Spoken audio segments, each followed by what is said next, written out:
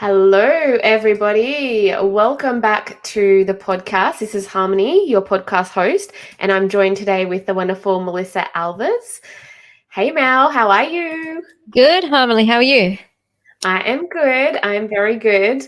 Today, we are going to be talking about self-doubt, and I think this is such a big topic at the moment. I know in our sort of circles, Mel, we have been talking a lot about this because so many of our clients, students, friends, ourselves, we've all been like, what is going on? Like, what is happening in the ether? There's this sort of heavy feeling going around and things that we want to implement. There's a lot of like, oh, well, should we not? There's a lot of self-doubt.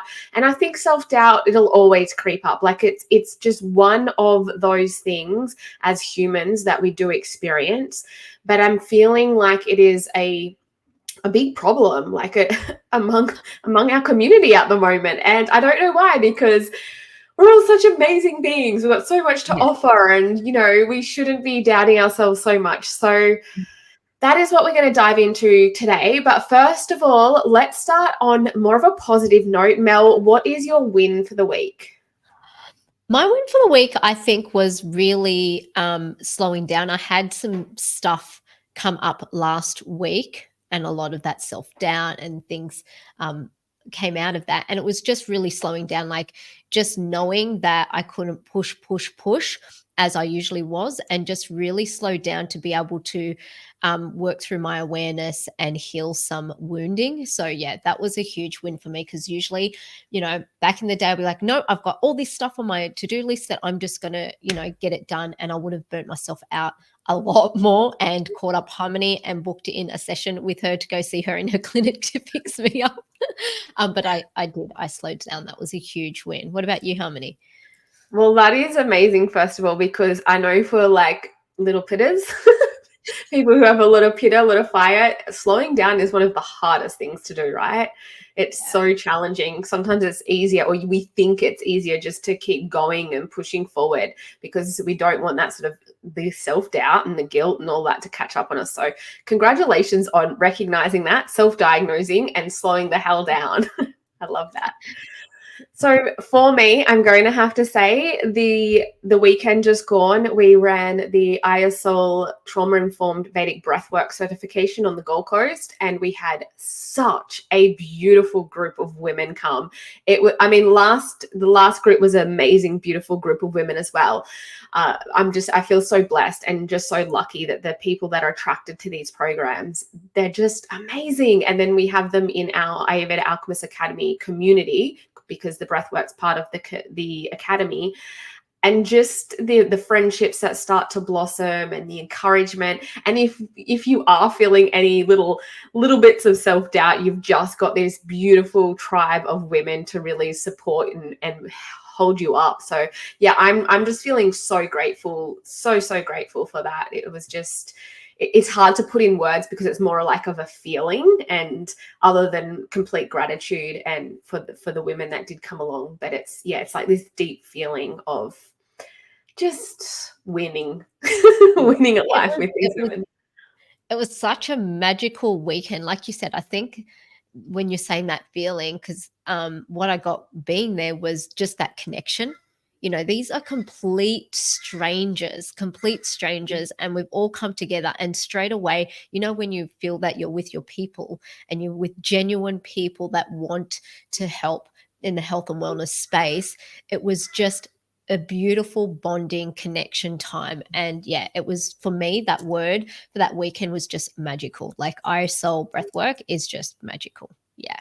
That's so good. So good. But today we are going to dive into this complex topic. And I say complex because I think there are so many layers to self-doubt, which we will get through. Well, we might get through because there are so many layers to it, and so many reasons behind why someone may be experiencing self-doubt at a particular time in their life, or why someone may constantly experience self-doubt throughout their life. And we can go through all of the pathways of, limiting core beliefs, these subconscious actions, the Ayurvedic psychology side of things, the unresolved trauma, the society's expectations. There's just so many things that influence the way that we present ourselves and the way that we don't want to present ourselves because of self-doubt. So Mel, can you explain how self-doubt manifests in our lives, especially in the form of imposter syndrome? Because that has been a huge one lately for so many people.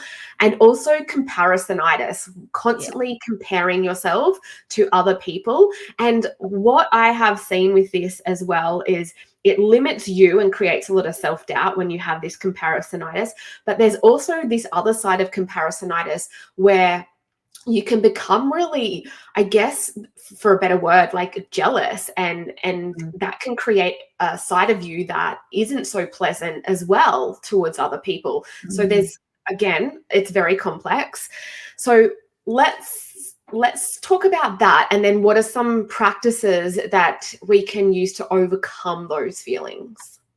Yeah, like you said, Harmony, it is so many different layers, but what we're just going to focus on today, I really wanted to speak about self-doubt and where is it coming from. Well, there are so many different areas that it can come from, but one of the biggest areas that it comes from is lack of direction, not having clarity of where you're wanting to go and what you're wanting to achieve. And if you're not having clarity, then you start self-doubting yourself because you're out there looking at what everyone else is doing. And then that leads into comparison. Then that leads into, oh, I feel like an imposter, and that feeling of feeling like an imposter, one, you don't have clarity. And two, it's just a feedback going, okay, well, where do I need to up level? Where do I need to upskill? Do I need to go get a mentor? Where do I need to go so I don't feel like an imposter? And then when you have that self-doubt, like you said, you start comparing yourself to others and you get very judgmental of like, oh my God, who does she think she is? Look what she's doing, and that critical of other people. And you start getting into that negative loop because you're not wanting to turn the mirror and go, okay, what is this judgment or what is this comparison telling me? Where do I need to turn the mirror and look inwards? And instead, you're flipping the mirror outwards and you're comparing and you're criticizing and you're putting people down. And I think that's the biggest thing, especially in the health and wellness community, in the healers and spiritual community, is we often know a lot of this stuff. Oh, that's self-reflection, that's self-awareness. But let's go deeper.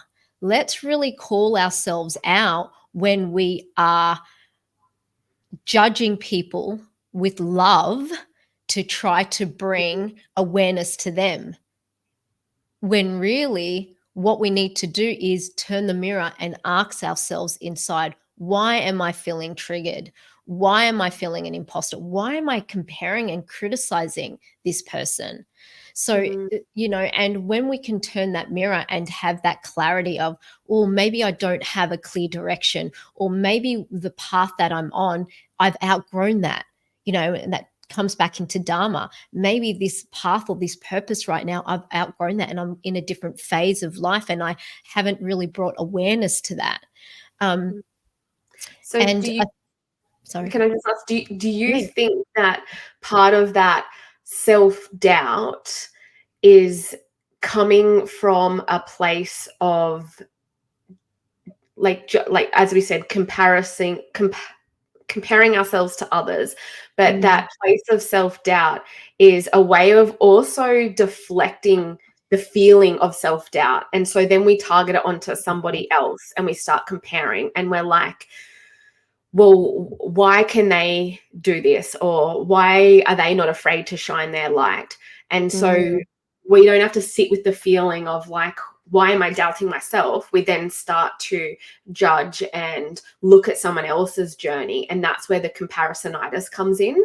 Is that sort of the connection. 100%. You have taken the words right out of my mouth. And I was telling Harmony before this podcast that I'm just feeling I'm not hitting my words right. I can't focus. So yes, definitely, Harmony, that is it. And especially like I was going back and saying in that spiritual and wellness and the holistic realm, we use it as bypassing. And because we don't want to ask that question where am I dimming my light? Where am I not stepping up? Sorry, I got my puppies here. Where am I dimming up? Where am I not stepping up? And then because it's less painful, we do turn that mirror around and start comparing and start judging. And it all just comes back down to let's get clear on our direction. Where do we need to step up more? Sorry, these puppies are distracting me. Yeah. So, and I think and then another layer of that is, okay, if we are so connected into ourselves and we knowing our truth and we're connected into that our higher self, then some of these, I want you to have a look at who are you surrounding yourself with? What table are you sitting at? What game are they playing? And then noticing, are these people having self-doubt within themselves? And then their thoughts and their feelings, as we're energetic beings, we're picking up on that. And then we're having their voice, which is quote unquote our voice. We're picking up their limiting beliefs, and that story plays out. And we think it's us, but it's not. And if we are connected and we have beautiful practices in connecting and knowing our truth and knowing who we are and connected to our higher self, then we're easily be able to pick up going, oh, that's not mine, because I'm sitting quote unquote at this table and I'm surrounding myself with people that are dimming their light, that aren't playing a higher game, that are self-doubting, that don't have clarity. And I'm just, as an energetic being, picking up on that and then thinking that that's my voice playing in and that that's my belief. And then I have that self-doubt. And that has definitely been recently for me where I sat down with hubby today going, oh my God, I think this is too big for me to achieve and I can't do this. He's like, hey, no, remember what we're doing. Remember who you are. And I had to just connect back in and go, oh, this is not my stuff. This is not mine. So yeah, I think, on that, can I ask you, where did that thought come from? Where did that self-doubt come from this morning? If you really looked at it, what would you say? Definitely it is people that have been quote unquote on my table or in my circle who I've been surrounding myself with. A lot of them are dreaming bigger, wanting to achieve bigger things. So a lot of their self-doubt is coming up and I'm picking that up. So, because I'm so clear in my mission and what I'm bringing and so excited and so sure and know the bigger picture and understand the economy climate that we're in at the moment and go, yep, okay, that's okay. Then all of a sudden, where are these little thoughts creeping in saying, no, I can't do this. This is too big. What if this happens? The economy is like this. And I'm like, oh, let's call bullshit on that. That is not mine. And then having to do a practice to, one, have that awareness of where it's coming from. In this instance, it's coming from external factors, someone else's thoughts and feelings. And then two, going into a cleansing ritual, whether it's a cord cutting or going, if you don't go down that full spiritual route, just going under the shower and just imagining that shower as a white light, washing and clearing and purifying, or jumping in the ocean, jumping in the pool, just clearing out your energy field. Maybe come into a meditation. If you love running, going into a run, however works for you to get into that meditative state, to connect into your power again, to remember that truth. Then that self-doubt will, dissipate. So have you felt that it was their feelings of their own self-doubt, or have you also felt that people have doubted you and you've taken on that doubt as well as your own, even though you know your truth, you know what you're here to do, but as soon as someone starts to put doubt into your mind about your mission, are you saying that you took that on, or was it just purely them having self-doubt about themselves and being on that energetic field? Yeah. So this time it's both. It can be definitely both. This time around, what I'm picking up is it's their self-doubt.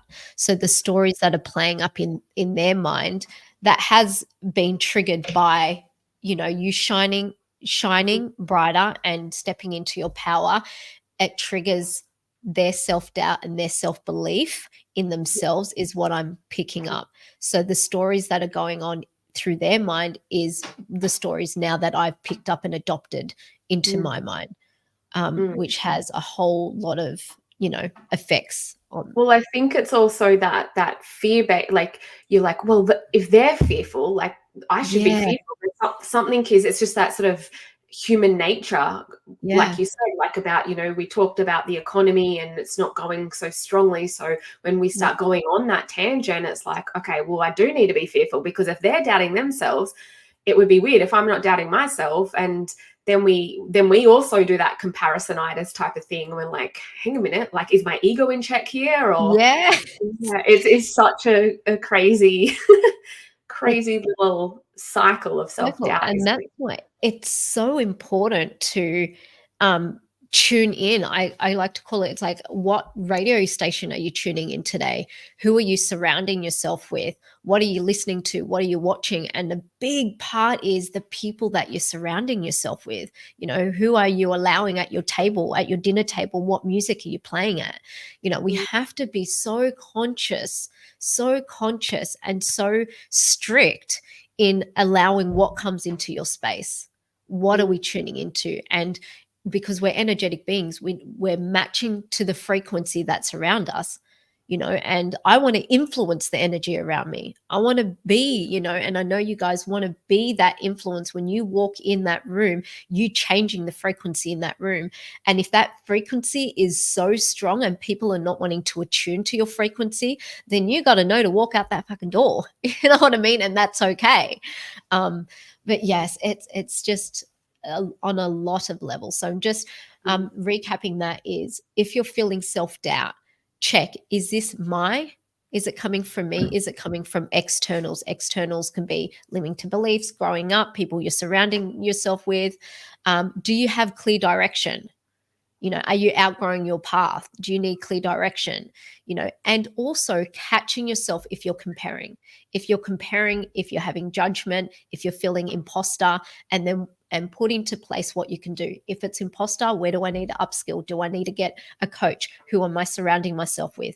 And it's comparison, judgment, critical of others. Check yourself and then flip the mirror and self inquiry, because this is a beautiful time and it's not a bad thing. We're all human, we all compare, but it's a beautiful thing to then check yourself, go into that magical cave, self inquire of, why am I feeling like I'm feeling, and then taking the next steps in your power. And that mm, eliminates self-doubt, because when you are so connected in your power and to your higher self, that self-doubt, the little self-doubt noise, it just gets lower and lower and lower. Like I'm sorry, my phone's going up. It just gets lower and lower and softer and softer and softer. um mm, but in saying that, I really, we spoke about so many different levels, Harmony, and from an Ayurvedic perspective, with all this stuff happening in our minds and happening in our bodies, because it has a mental and physical effect on us.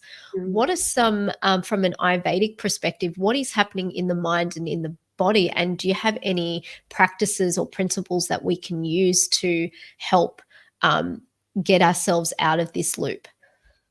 So I'd say, from like an Ayurvedic psychology perspective, is that we're not activating all centers of our mind from an Ayurvedic standpoint. So, as I've mentioned, I think in previous podcasts, is we look at the mind in that there's different layers of the mind. So we have the buddhi mind, which is that higher intellect.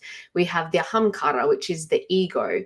We have the manas, which is the memory. We have the chitta, which is the subconscious mind, and we have samskaras, which are imprints left in our subconscious mind and from different conditionings. And I think when we are talking about an issue or a complex issue like self-doubt, it's Mm, because the balance of the activation centers in the mind it isn't there. So we're often either having an activation of a samskara, so an imprint that has been left in our mind from a previous experience where we have been ridiculed, or we've experienced a lot of self-doubt because of an action that we've done. And that comes into the chitta mind, the whole subconscious mind. So we're either really firing off through that pathway, or we're purely acting through the ahamkara, which is the ego mind, saying that the fear of judgment, the fear of being who we are is not good enough. The fear of worthiness comes into that self-doubt, because if you felt completely worthy in who you were and stepping into your higher self, you wouldn't have that self-doubt. And the ahamkara is not a bad thing. Like, we like to label things in Western society. The ahamkara also does keep us safe and keeps us real and keeps us part of our personality. So a small aspect of self-doubt isn't bad, inherently bad, because self-doubt can make us check ourselves as well. It can make us feel like, oh, hang on, am I on the right path? Like, am I doing the right thing? Like, is the action I'm about to take right? And that's actually where we start to not just use the ahamkara, the ego mind, but we're starting to tap into that buddhi, that higher intellect of discernment. And that shows a greater complexity of the mind, and using self-doubt for good as well. And it's once we can get there that we say, no, this is who I am. These are the actions. These are right.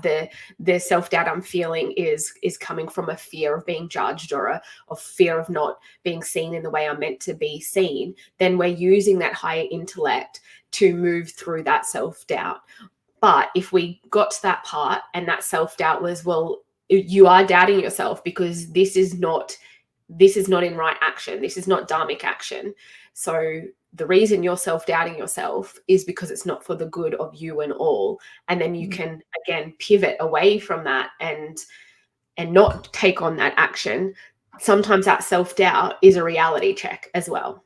And it's from your higher good. So it's depending on the unique situation and how you've been able to train and access the different layers and levels of your mind, not always being so reactive to the ahamkara, or not being so reactive in the chitta mind, or letting the samskaras rule your decisions, but really being discerning. And like you spoke about, is having a lot of that self-reflection, and being able to do self-reflection in that moment and say, is this fear or is this truth?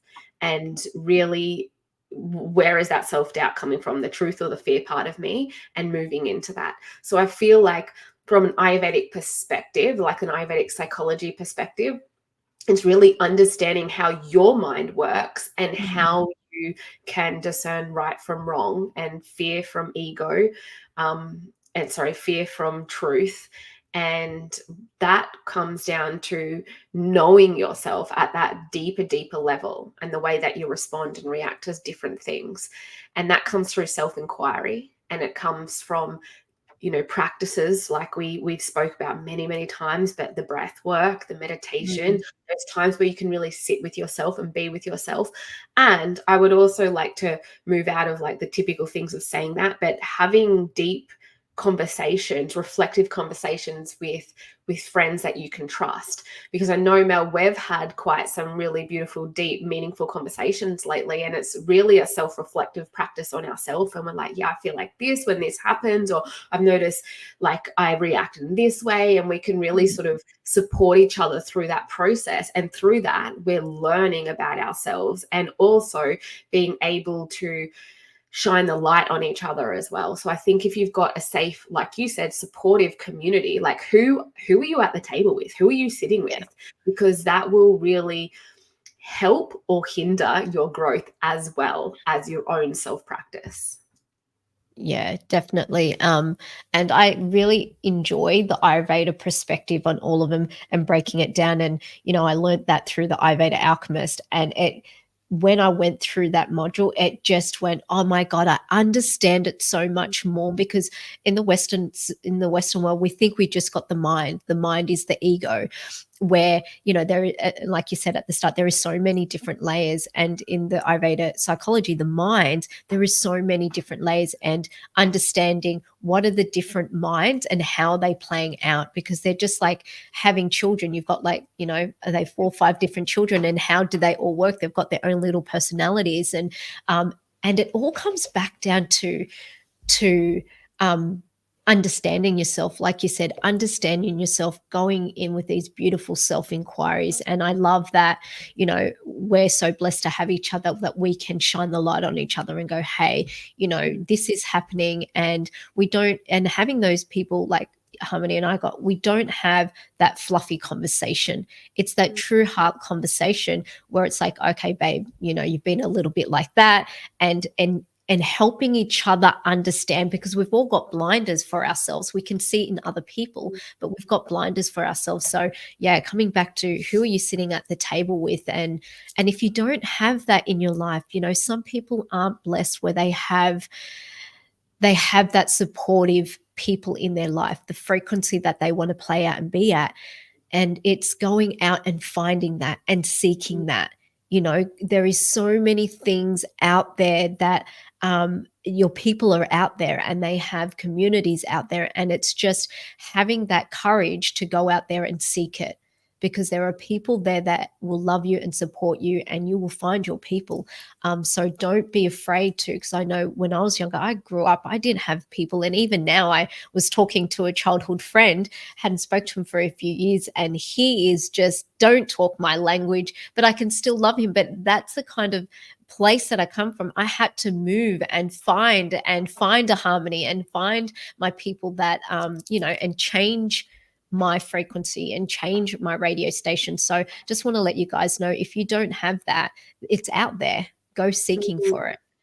Absolutely. And it just brought to mind, actually, on the weekend when we had the breathwork certification, there was these two beautiful ladies that came to the breathwork, and they are friends, and they were telling me a story about how one of them had finished her yin yoga teacher training, and she was getting a bit nervous to teach, and her friend turned around and said to her, well, it's not about you.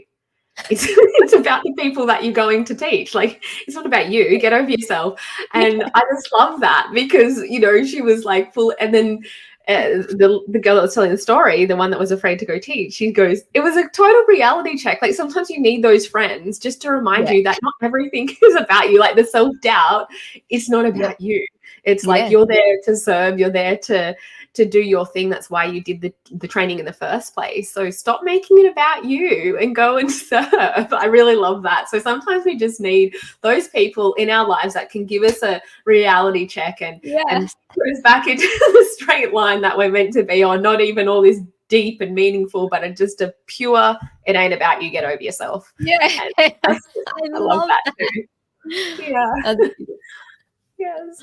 Well, hopefully this has been somewhat helpful, this conversation. We do love having these conversations with you. If you do have any topics that you would like me and Melissa to cover, please reach out to us on Instagram. I'm at Harmony Inspired Ayurveda, and Melissa is at I am Melissa Alves.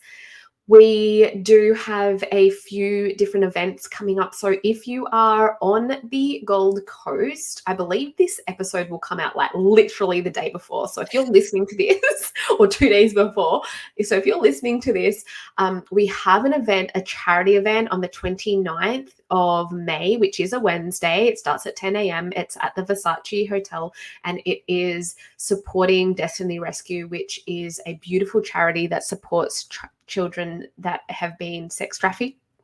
And yeah, very, very honored to be able to do this event. We have one of the spokesperson from the charity coming along. If you are interested in learning more about Ayurvedic psychology or anything Ayurveda or breathwork, please reach out to me. We would love to have you in our community. And Mel has some beautiful I Am Truth in person and online trainings going on. So Mel, did you want to share? Yes, so I have my I Am Truth in-person events that talks all about 5D energetics and how to launch your business in the 5D era. And also, I am looking at bringing that online for anyone, because the in-person events are here on the Gold Coast. So if you're not on the Gold Coast, don't worry, you're not going to miss out. We're going to have an online version of that also.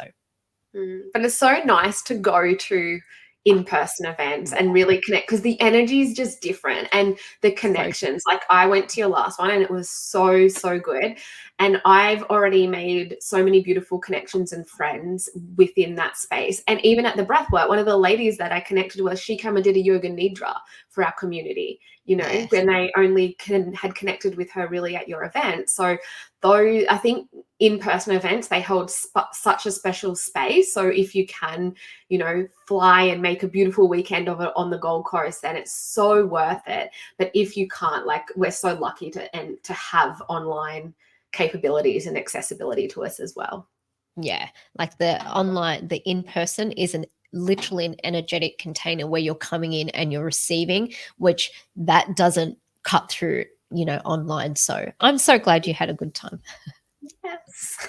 Amazing. Thank you, everybody, so much for joining us. We really appreciate it. And we look forward to bringing you more of these episodes next time. If you do love them, please give us a 5-star rating and share it with all your friends, because that means that this wisdom gets shared far and near. Thank you very much, everybody. Bye.